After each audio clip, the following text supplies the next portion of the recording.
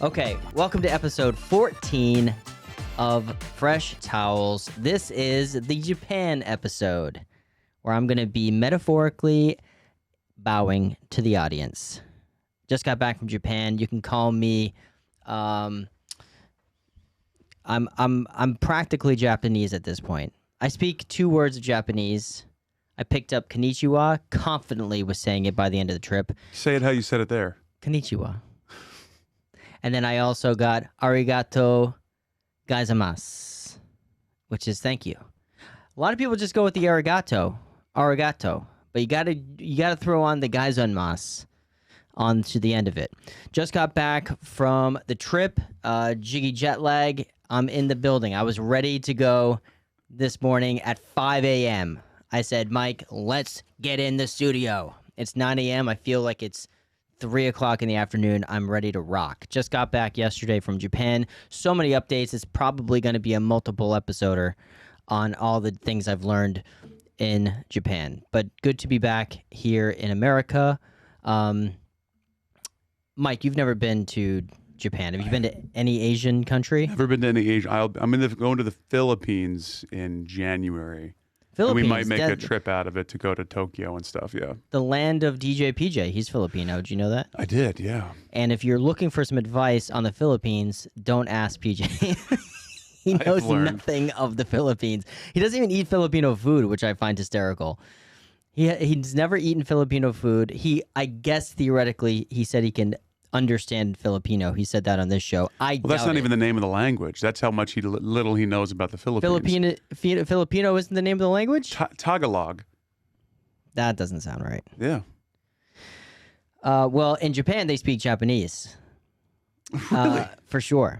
So many different things I learned about. I was thinking I should write a list coming into this show because I think there's going to be a lot of things I forget, but I put myself out there that this could be a multiple episode recap of the Japan trip because there's a lot of stuff to cover and I don't know exactly where to start, but first things first with Japan. The first thing you notice in Japan is the extreme lack of diversity. It's unbelievable. I was over there and kind of in the subconscious living in America, there's something that you hear over and over and over, whether it's in the media or maybe it's in entertainment or just in the workplace, especially now, of the rightful inclusion of everyone. You want to have diversity in media. You want to have diversity in your like films and everything. Everything you want to have diversity. And in America, I feel like even if we're not trying, there's diversity everywhere you look. And in Japan, there is zero diversity. Anyone who complains about diversity in America, take an 11-hour flight over to Japan because they don't fuck around with any diversity over there. There was days where I felt like I was the only American or only white person that I'd see for the entire day. And everyone you saw is Japanese. The entire country is Japanese. They have zero goose egg diversity, which was very interesting. And I don't know if that's, do you think that's an American thing, Mike, that we just... Yes, 100%. That's like, are all countries like that where you have just 99% is just the country's people and then 1% I think diversity? that Americans are just more, tuned into the idea of cultural diversity because, I think it's a good sell. And I love it. I think it's great. But I also think it's like incredibly overblown in the media. So you hear about it all the time. Yeah. When you got there, did you see all the Japanese people and you go, all these goddamn immigrants? It's kind of fascinating though, as someone who's, I've traveled to Europe quite a bit, and I think you see more diversity even in Europe. You see different types of folks, or even people, or you might see an Italian guy in Spain or something, or people come from all around the world to Spain, for example, or to Italy. But even the people who I was seeing in Japan, it was, I went there during Golden Week, which is equivalent to their spring break, but Golden Week in Japan, everyone has off. So Wow. If you look at the times to travel to Japan on any type of website, the week that I was there, one of the weeks I was there, is always noted as the worst week to go to Japan because everyone is off. Even Every like single restaurants person. and service, or just Restaurant and services are open, especially in the places that we went, which are major cities or tourist destinations. But every single person and all the kids are off from school and all the parents are off as just well. mayhem? There's people everywhere. It's in your head of what you're thinking as a major city's crowd levels. It was a nationwide freaknik. It was incredible what I saw is how many people just in the train stations, at the monuments, people were everywhere. I came to the conclusion though that it ended up working out in our favor because every monument or park had a street festival element that I don't think they usually do. So that was kind of fun to try out different foods in that way. And everything felt like had this spring breaky vacation vibe to it, which I appreciated. So as someone going there for the first time, I actually think it was fun. You had to do a little bit more planning because trains, for example, were a little bit tougher to get on or to book. But other than that, it was really cool to see the hordes of people at all the different sites. It made it more fun. I found it to be more fun. But you'll see, if you look up Golden Week Japan, everyone on any travel board would say, avoid Golden Week. Don't go during April 26th to May 7th. And that was like the core of our trip. But yeah, it was incredible. Lots of people traveling. Some major takeaways. If you look at the overview, of course, there's like the food, there's the culture, the people. We talked about the lack of diversity, which was very interesting. But there was also, to the people, very extremely hospitable and friendly people. I found the entire trip. And you can't get more of an outsider than like a New Yorker in Japan. I mean, not speaking the language, not knowing your way around, not knowing the train system, not knowing even things like the currency. They were so incredibly kind and hospitable to someone who didn't know any of those things. And that was across the board. That was from the airport to the train to the hotel to the people in all the services and all the restaurants. And there was the entire 2 weeks that we were there, I didn't experience one eye-rolly moment or any type of attitude, where in the United States, especially in New York, you're experiencing attitude on a daily basis. You know, everyone is always kind of in this, I'm in a hurry, you're in my way, from the services to the people around you. And that was a glaringly absent in their culture. They couldn't have been nicer about everything and working with you on the language barrier, which I found to be extremely helpful, but also just a testament to their people, which was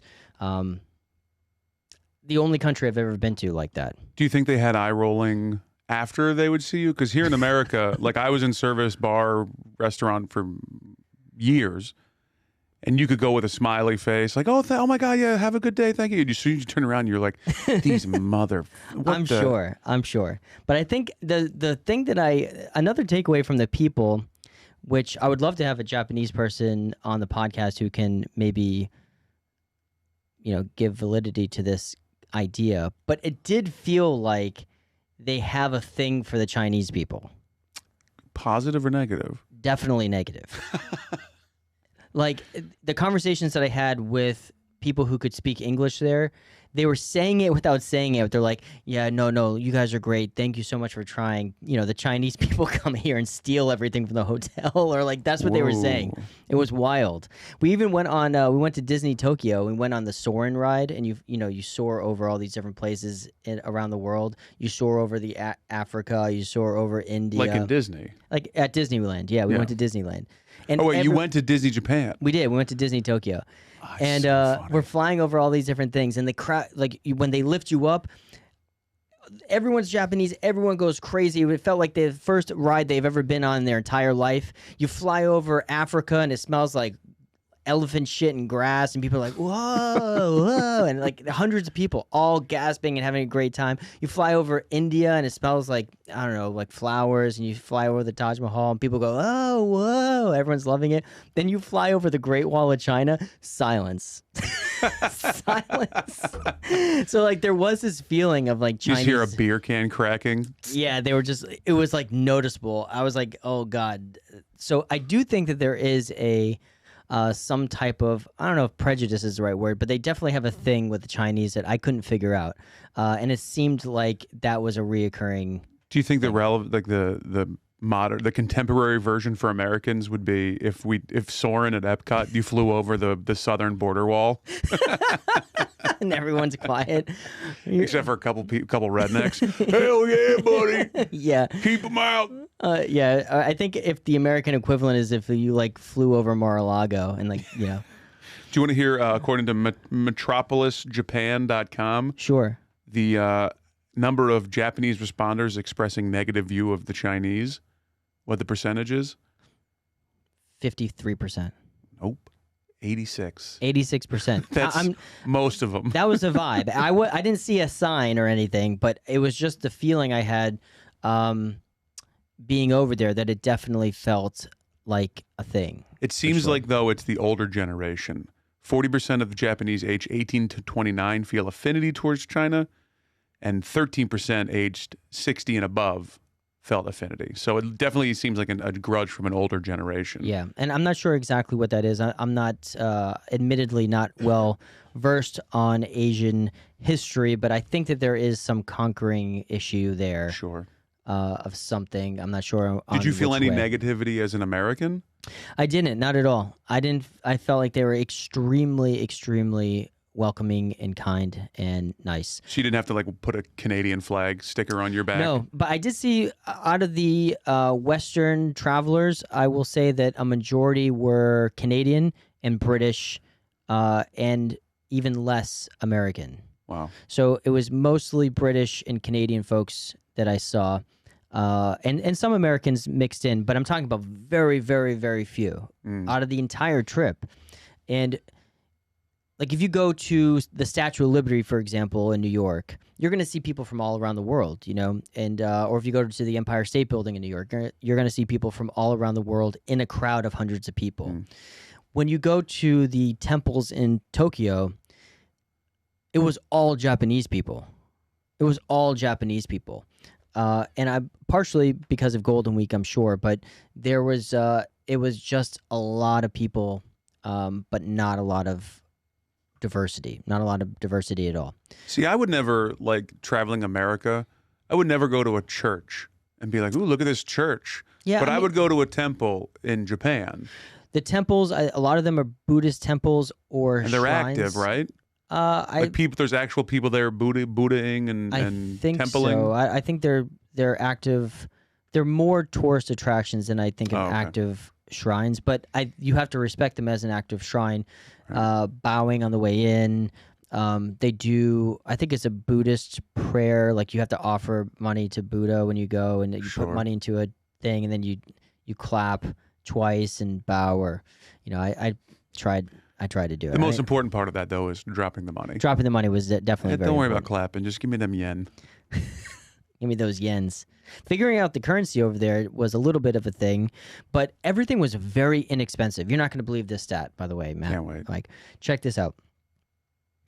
2 weeks in Japan, which I think to most folks who are listening would think Japan is an expensive country, and you wouldn't Right. be wrong. It's a first world country. Everything is technologically like premier when it comes to trains, electronics, the things they create. They're definitely ahead in most countries. Yeah, and we'll get to that at a later topic too. Just talk about their trains and transportation, but definitely first world as far as expense. I think most people would put it as a very expensive place, which you wouldn't be wrong thinking that.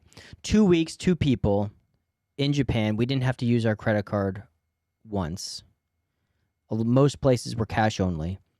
Mike, how much U.S. dollars equivalent do you think we spent? 2 weeks, 2 people. That's all meals. I'm talking attractions. Hotels, flights. No, not taking out hotels. We prepaid. This is food, so breakfast, lunch, dinner, any type of activities, gifts, anything like that. For 2 say- weeks, what do you think that we spent? You like to eat and travel and get involved, so I imagine you weren't like, nah, you weren't waffling. You were kind of No. doing what you wanted. I ate everything I wanted, drank it. I did not hold back, and she didn't either. I'm waffling between $1,500 and $2,000 a person. per person. So you're saying Let's call it $1,500. So $3,000. 3,000 to 2 weeks is a long 4,000. time. Yeah. 3,000 to 4,000 for the two of us for 2 weeks. Let's call it 3. Okay. I'm comfortable with 3. Would you believe I just did the accounting when I came home last night? We spent between the two of us, not per person, $1,000. Wow. That is $500 not what a I person. thought. $500 a person for 2 weeks. That's incredible. And not holding back. And again, at all. Jiggy is a let's go do it, let's taste it, let's see it kind of guy. I did So not hold back. you're not like looking at price going, should we? You're doing it. You're doing the stuff. I ate the sushi. I tried the Wagyu beef. I did all the activities. I drank the beers. Now let me ask you this: add the hotels into it. If you add the hotels, Because that's a must. Like you have to have a place the to hotels stay. were slightly inflated because of the Golden Week fiasco. Sure. But even that, we were staying in hotels that I think were. I can't stay in a place that is anything less than like a 3-star. I struggle with like So a I'm saying Marriott equivalent. A Marriott equivalent of like a Courtyard is the lowest I'll Sure. go. Just because I like to come back to a place that I know is in a good location, that's clean, that can like help me. Yeah. And anything you go lower than that, I feel like you're sacrificing on cleanliness, which I would never sacrifice on cleanliness, and I'll never sacrifice on location. Price doesn't matter. It's not like I'm out there spending $1,000 a night on a hotel. You're not a Ritz guy, but you have standards. No, I mean I can't afford the Ritz, but I'm gonna. Location is super important, and I want to make sure that it's clean and like modern. So what are we talking? So the average hotel room night was like $150 US a night. That's which is incredible. really cheap. And those were places that like I'm talking they put like slippers under your bed at night with robes and So you're only really talking an extra $1,500 for the week. yeah. So you're talking $2,500 for 2 weeks Is plus flights. That's Right. no money. I was shocked at how inexpensive food was in Japan. It's Yeah. shockingly inexpensive. And then the imports that we've taken here in America, for example, that's a major thing in New York, not a major thing in the rest of the country, but ramen, for example, which is definitely a New York thing, catching on around the country as far as like an elevated bowl of ramen, not your instant ramen, but real ramen from Japan. It's definitely a thing here in New York. Sure. But if you go to a ramen restaurant here in the city, it's very average to spend 15 on the low end, 20 on the high end for a bowl of ramen. And that's, I consider, inexpensive food or dinner here in Right. New York. In Japan, across the board, it was on the high end 1,000 yen, which is approximately $8.50. Wow. And on the low end, 850 to 750 yen, which is like $6 or $7. So that's the type, and that's not for a bullshit bowl of ramen. That's like at the best place, like the Ichiran. Ichiran is a chain of ramen places in Tokyo. I think they might actually have one in New York that they've opened. I'm not sure if it's closed. Ichiran is a like world-class ramen restaurant. I did a little video on my Instagram where you sit in a little cubicle. Yeah. They bring the ramen, they flip the shade down, you eat it. That was like $8. And how would you compare it to ramen here? I thought the ramen in Japan, we went into the Japan trip overall, ramen, sushi, everything included, knowing that living in New York, we're spoiled on food. Right. It's really hard to go to another place and be like, oh, this like just blows your balls off because like we have world-class food here. I will Right. say that the ramen over there consistently was excellent. There's some flavors that they add more of. Like we were in the Japanese Alps, for example. We were in this little town called Takayama, Japan. Small little town in the Japanese Alps, and like they do their ramen, but it's like a lot fishier than you get Ooh, okay. in the United States. So they'll do a lot of their broths that are soaked in it'll be like a pork broth, pork bone, and anchovy broth. Okay. So it's like a little fishier than and here I don't think we're like that taste. So there were some But as a things- food guy, did you enjoy that? Did you I appreciate loved that? it. Yeah. I loved it. And the beef over there, like we get imported. Like if you go to a nice restaurant, they have like Wagyu beef or Kobe beef.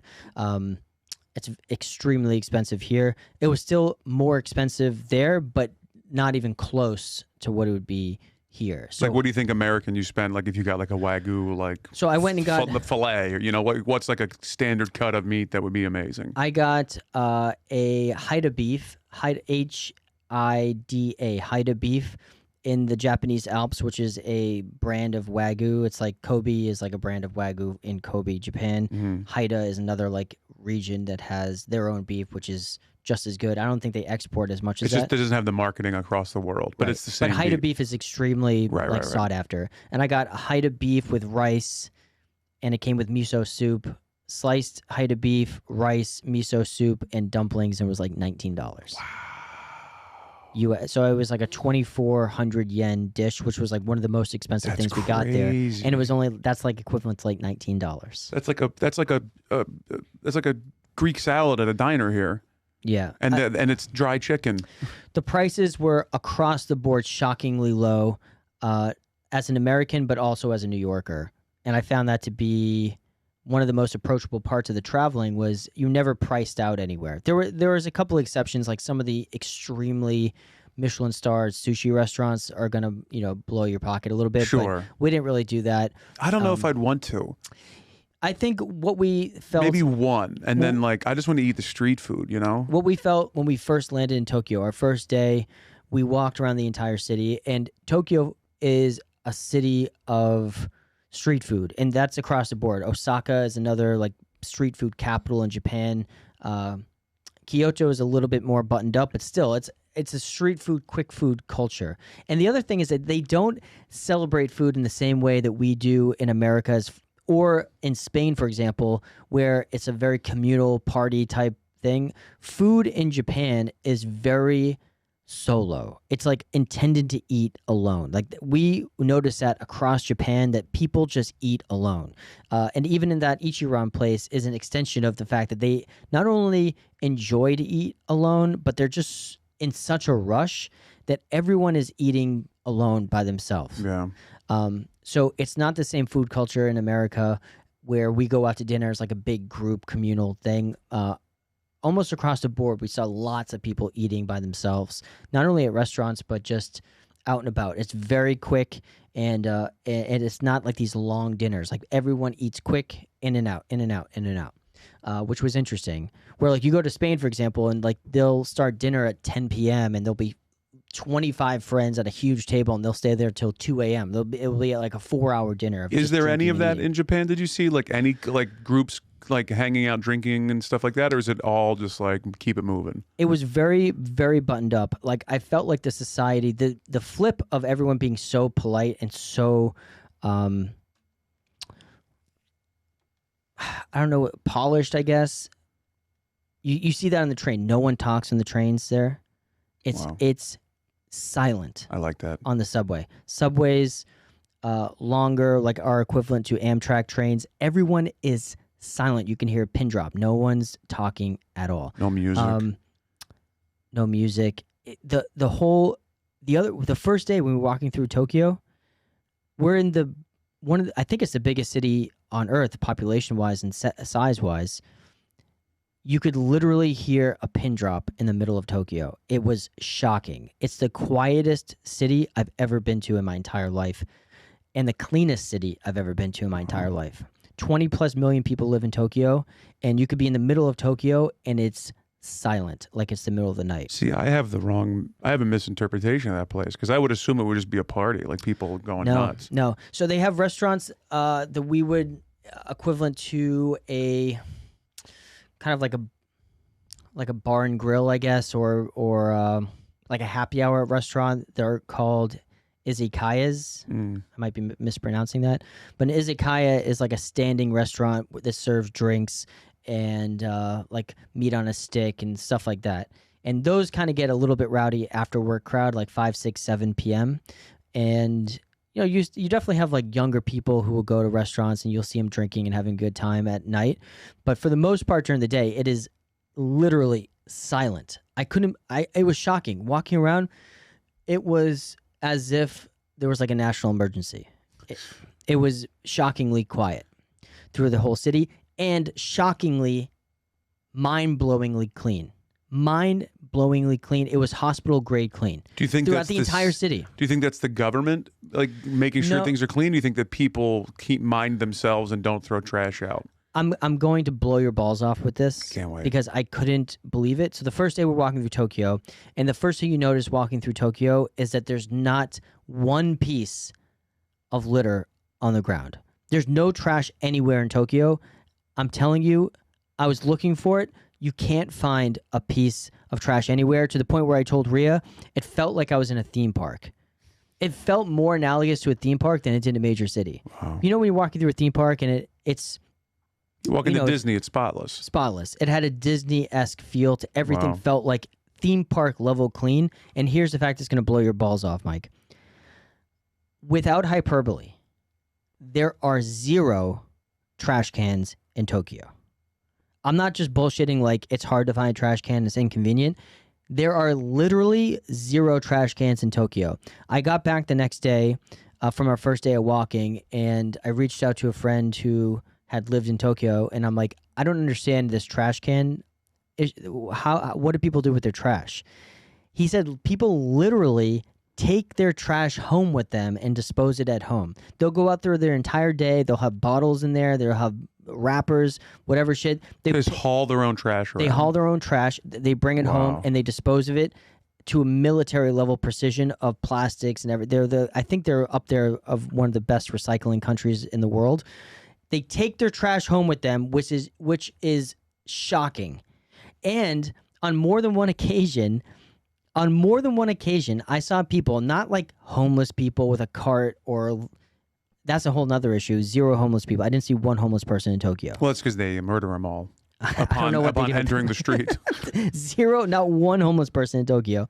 I saw more than one person buttoned up like in a suit with like a bag, picking up little wrappers and things just to make it cleaner. Not like in their house area, but just on the street, like, or in a parking lot, just picking up little things to make it I cleaner. respect that. I looked up the trash can reasoning, and I guess there was a terrorism attack in the mid-1990s, Yeah. and they took away all the trash cans in Tokyo, and the government was basically like, all the things you hear in America that no one does, like we're all in this together. We got to keep the trash. We'll figure this thing out, but we're gonna take the trash cans out to make it safer for everyone. But everyone fucking did it, and the city is immaculate, hospital grade clean, and people take their own trash home. It's astounding. I remember I was walking through Tokyo. I got like a can of coffee or something. I walked around that fucking city with that can of coffee for like 9 hours. There's 0 places to throw it out. The only places that you can find trash cans in are the 7-Elevens, and that's pretty much it. Can you walk into a 7-Eleven or something and just use the trash can? I walked into a few to throw things out. I mean, I think Wow. it's frowned upon, but I was like, I can't carry this fucking thing around all day. Yeah. So I'd throw it in the trash can at a 7-Eleven. The 7-Elevens are a whole nother thing. It's restaurant quality chicken at these 7-Elevens. You texted me that. We were texting back and forth while you were there, and the fried chicken game that is blew my balls unbelievable. off. The fried chicken game in Japan is across the board unbelievable. I didn't have one bad piece of chicken in 2 weeks. I don't know what it is about their fried chicken there, but it's juicy, delicious everywhere you go. And the 7-Elevens over there are like little restaurants. People eat there. You can have like meals in there. People have every 7-Eleven has a case that like here has chiquitos and hot dogs, but there has just like fried chicken and chicken on a stick and all sorts of stuff, and it's all delicious and all like $1. Do you see like they have like cooking? Because in America, it's just they just heat it up. No, they throw have it like in. little fryers. They have little fryers, wow. and they're frying the chicken there. And I don't know how across the board it's all delicious, but it's all delicious and all inexpensive. Because and then they there's have pride in what they there's do. competitors to 7-Eleven. That's the most ubiquitous. You see 7-Elevens everywhere. Then they have convenience store called Lawson's and Family Mart, and both are equally as good and inexpensive when it comes to food and treats. And then there's also vending machines everywhere in Japan. There are more vending machines than I've ever seen in any one place. And everything is very inexpensive. Like we were getting coffee drinks every morning as our like iced coffees on the go that were 100 yen, which is like 80 cents, Wow. and delicious. They're and just everywhere. they're just starting to get like the Filipino fried chicken restaurant, Chunky Boss, just opened in New York, and it's like blowing people's dicks off. I have to imagine that Japanese fried chicken is just Chicken on a stick, fried chicken on a brutally stick. good. Their fried chicken game was incredible. Now we tried all the local foods there. We can dive into that a little bit. We're definitely gonna have multiple episodes on Japan. I think some of the food stuff was incredible. There were some misses too. I think that just culturally doesn't carry over like to American taste buds. Like they do a lot of for lack of a better term, like like creamy rice bowl type stuff. Okay. I don't know if that makes sense, but the taste of it is like a mushy rice ball. Sweet or savory? Savory. So I think they like mash again. Like I would need a Japanese person to kind of give a correct description of what it really is, but they do multiple dishes that are kind of like this mushed up rice flavor. Yeah. That they put different types of things in. In Osaka, it's they put in octopus, Mm-hmm. and they put that into little cast iron. Yo, yeah. Yakitori. I think it's called takoyaki. Takiyatsu? Takoyaki, I think it's called, which are these little octopus balls. Right. Takoyaki. And with like a cream sauce and then like bonita Right. flakes on top or something bonita like that. flakes with like a mayonnaise. You can get tons of different toppings crispy. on it. Yeah. So when I was looking at trying that, I was like, oh, these look good. They look like a little fritter. And then I got them in Osaka, and you bite into it, and it's like a mushy. It's almost the consistency is of like an uncooked donut. Oh. It's mushy on the inside, and then you get a clump of octopus in the middle. That was a miss for me. Every time I've had those here, the octopus is never not chewy. It was very chewy. I'm sure there it's much better. No, it was chewy. It was chewy. I didn't get it. I was eating that in Osaka, which is like where it's originated from, and I was like, I don't really understand the hype on these. It's like a mushy. It was like a mushy octopus ball. I think that there's many different ways that it could be made. I'm sure, but I didn't get that. That was a miss for me. I didn't really care for that. Other misses on the food. I'm trying to think if there's any other thing that I tried where I was like, yeah, I could live without that. I mean, that was probably the number one. But other things that shocked me, they had these candied strawberries on the street in Osaka, which were fucking unbelievable. Literally just beautiful, fresh strawberries with a candy coating and on a stick. So simple and delicious. Were they making it there and then selling it? Yeah, they love made that. them there, and but it has to harden, so I don't think they were making them on the fly. But they'd make them there, and then they'd sit on these on the tables to harden. But it was unbelievable. And again, like that's a perfect example. That was strawberry on a stick was 300 yen or 200 yen, which is like $1. It's like $1.70, yeah. Yeah, and that's in a very touristy area in Osaka. Wow. You can't buy anything in Times Square for $1. And just to give an example of how across the board their food is inexpensive. Our last meal that we had there was at the airport, of course, and they had a ramen spot at the airport. We're like, well, we'll get our last ramen bowl at the airport, and we got dumplings, like 6 beautiful dumplings, 2 bowls of ramen, and it was 2,000 yen. It's $18. $18. Wow. And the ramen was incredible. Yeah, I think that I just feel like there's more of a sense of like national pride. Yeah. Or like not national pride, because that gets misconstrued in America as being like a supremacist. But like they have like a cultural pride, a historical pride. Absolutely, yeah. You know, and I get why in America people are like, you know, let's not say that. You could feel the pride for their culture in every city that we went to. Right. And the cities that we visited, we did lots of day trips. Like we did Tokyo, of course. That's where we flew in. Then we did a day trip to Hakone, which is where you can see Mount Fuji, which was unbelievably beautiful. Did a day trip to Kamakura, which is like a seaside city south of Tokyo, which was like how they do a coastal town. So it was like equivalent of like going to Cape Cod of Tokyo. Right. Which is really cool and pretty. Seafood was great. Yeah, the seafood was great. They do a lot of like frying stuff. They have these thing called I don't know if it's a Japanese thing. I've only seen them there, but it's called like a sando cookie, which is like the top and bottom layer are like crispy, almost like sugar cookie type things, and then the middle is like a creamy, not an ice cream. It's not frozen, but like a creamy type filling with like fruit on the inside. Oh yeah. And the ones that we had there in Kamakura were like so freaking good. But the precision that they do everything, and you see that in their electronics and everything else that gets brought over, but the precision of how they make everything was everywhere. It was ubiquitous. From the sando cookies came beautifully wrapped. There was like a cellophane around the cream part so that everything was perfectly aligned. Yeah. And like this is in like a $2 cookie. And like you had to undo the thing, it was wrapped in this beautiful paper. The pride, I guess pride is maybe the best way to describe it. There wasn't one place that we went to, I'm like, they're just mailing it in.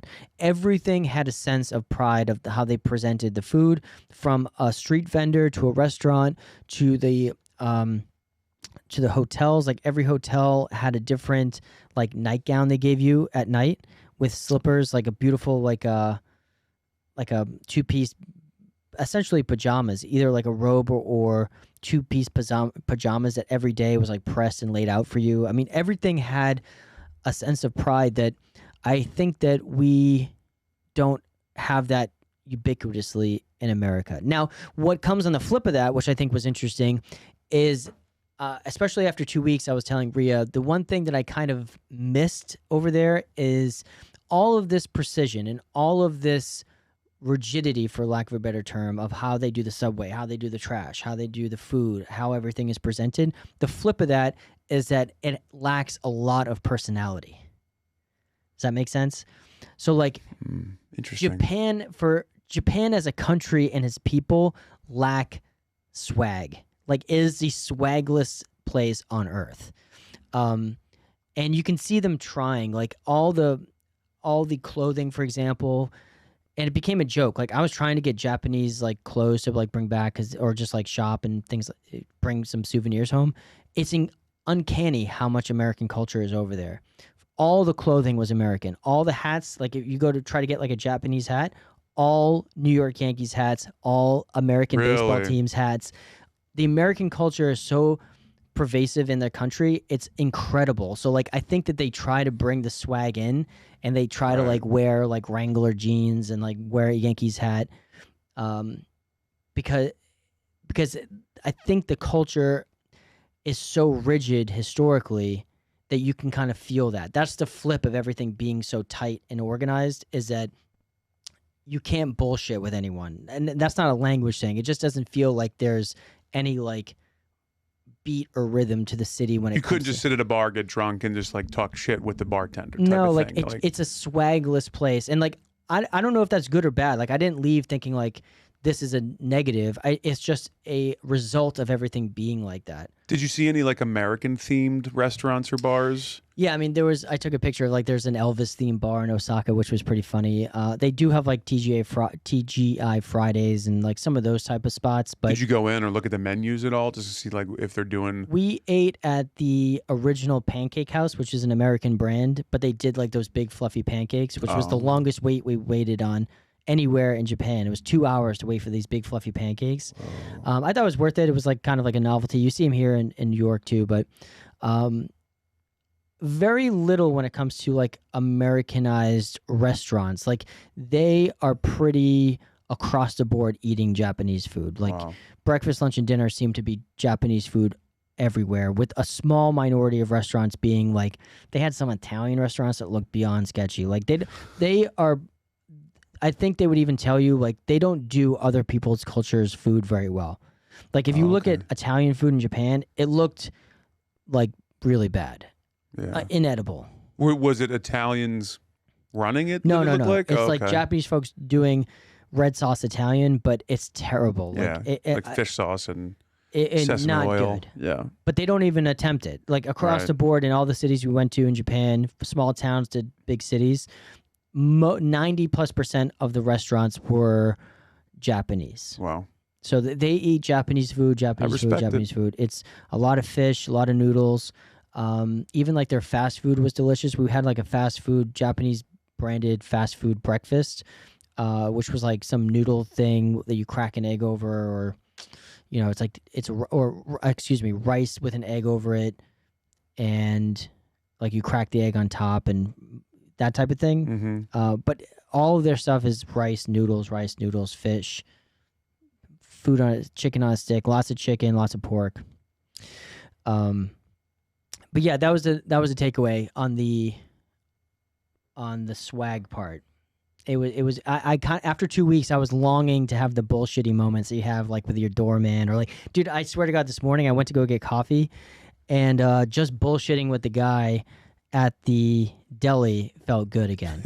And I don't think that's a language thing. It just didn't seem like anyone was joking around at all. It was all very polite, like everything very rigid, polite, organized, clean, polite, organized, clean, polite, organized, clean, everywhere you go. Monuments to restaurants to train, that seemed to be the mantra. Polite, organized, clean. Polite, organized, clean. So POC, man, which there aren't any. But then, New York I thought it was fun. has so much personality, and with that personality, there's definitely pros and cons to that, Like, and you have to understand when you come to the city, like everyone has their own beat, their own rhythm, and that's kind of cool. I think people come to New York from across the world, and I think they leave with a feeling of like, wow, like it's almost like everyone's a performer in their own way. Like even talking to the guy who I just got a bagel with cream cheese, and he's like busting my balls at like 6:30 in the morning this morning, and you don't get any of that over there at all in Japan. I don't know. I think it was cool to see, and it left me feeling like it would be hard as a comedian to live there. It didn't seem like there's a lot of humor in their culture at all. What about the speaking of English? I don't know how much time you have left, but is that something you want to save for another episode? I'm just curious about the language barrier and how many people spoke English and how difficult it was to not speak the language. It was a lot of like pointing to things that you'd want on menus. I think most menus were converted into English. The best thing I did was I downloaded the Google Translate, which was a fucking godsend. Oh, wow. Like you literally, I don't know when the last time or if you've ever used Google Translate, no. but you can take open the Google Translate app. It opens up your camera, and then you can like hover your phone over Japanese kanji or like their writing, and it will translate it into English, which was a fucking incredible. And then you can also imagine that with like augmented reality glasses, where it just does it all. You're just seeing everything in the language. I bet you could do that. Yeah. That was a godsend. And then there was a couple times where I had to type things in to show to people. I think that they were less English speaking than any other country that I've ever been to, including Jordan. Definitely less English than anywhere in Europe. It was mostly Japanese with a polite amount of English to get by. Right. So we were communicating with a lot of pointing, showing. But you didn't feel menus. abandoned.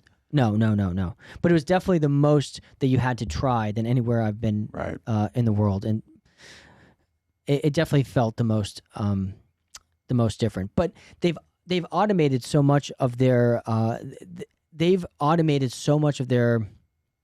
service industry, from like going to a ramen restaurant where I'd say more than half of them are you use a machine, you go up and you press a button, get a ticket for your ramen, sit at a counter, they bring it over to even the hotels. Like when you check in, you're literally at a machine that looks like a kind of like an ATM machine. You scan your passport, you enter your check-in information, it spits out 2 keys.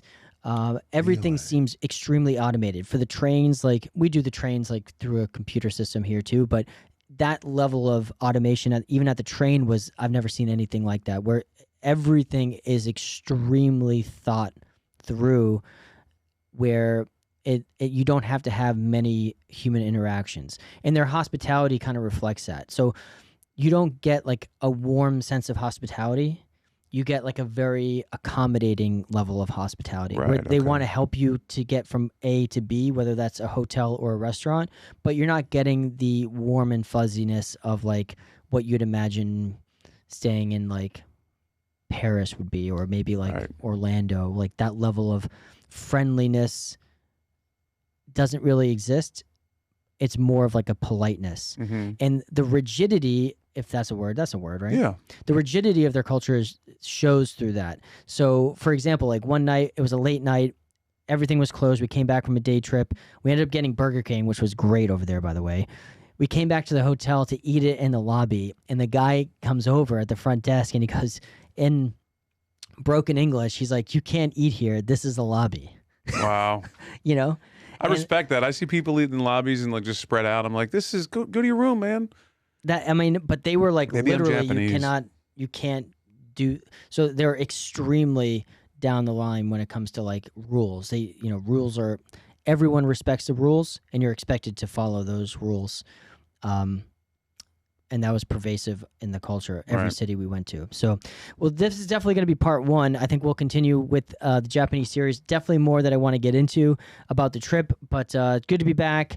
I will be most likely up all day today. I'm on a completely different schedule, but on the road this weekend in New Orleans, Alabama, and Clearwater, Florida.